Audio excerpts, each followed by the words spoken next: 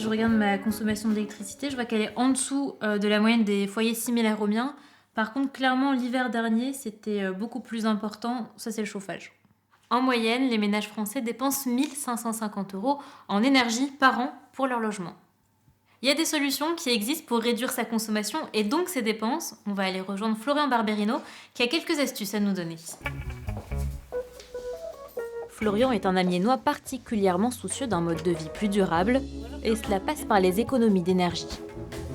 J'ai mis en place une multiprise à interrupteur individuel, ce qui va du coup me permettre de couper les appareils et éviter qu'ils soient continuellement en veille. En ce qui concerne la box, effectivement, elle, je la laisse un peu plus allumée parce que certaines box font des mises à jour régulièrement. Néanmoins, la Wi-Fi, je l'allumerai que quand je l'utilise.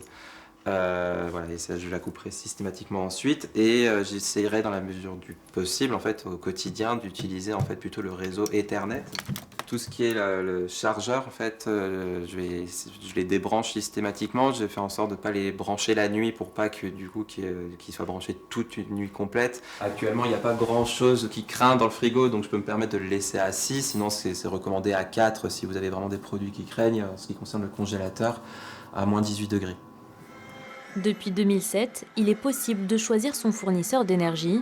C'est ce qu'a fait Florian en optant pour une électricité verte. Il y a ce geste militant en fait que je trouve vraiment important dans le sens où, si je fais des économies d'énergie, si au quotidien en fait je fais des efforts pour moins consommer, mais que derrière c'est de l'énergie fossile, au final en fait quel est l'intérêt ? Un forfait 5 € plus cher que chez EDF, mais l'entreprise met en avant un prix juste qui rémunère mieux les producteurs. Ça m'incite à un peu moins consommer.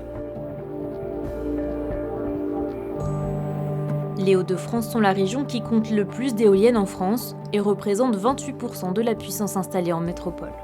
C'est sur cette production locale que se base le fournisseur, chez lequel Florian est sociétaire.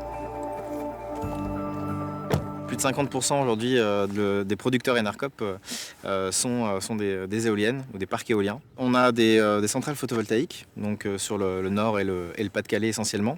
On a également une centrale hydraulique à Tavaux et Pont-Séricourt dans l'Aisne. Mais impossible de savoir si l'électricité consommée dans notre logement est directement issue du renouvelable.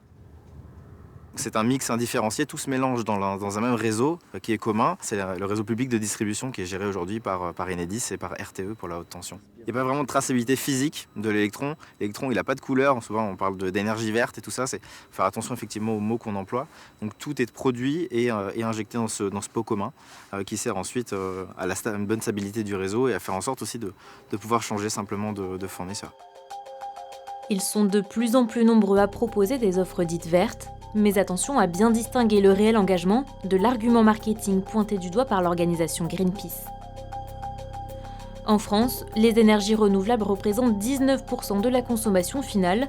L'objectif de l'Union européenne est d'atteindre les 27% d'ici 2030. Mais la meilleure énergie est celle que l'on ne consomme pas.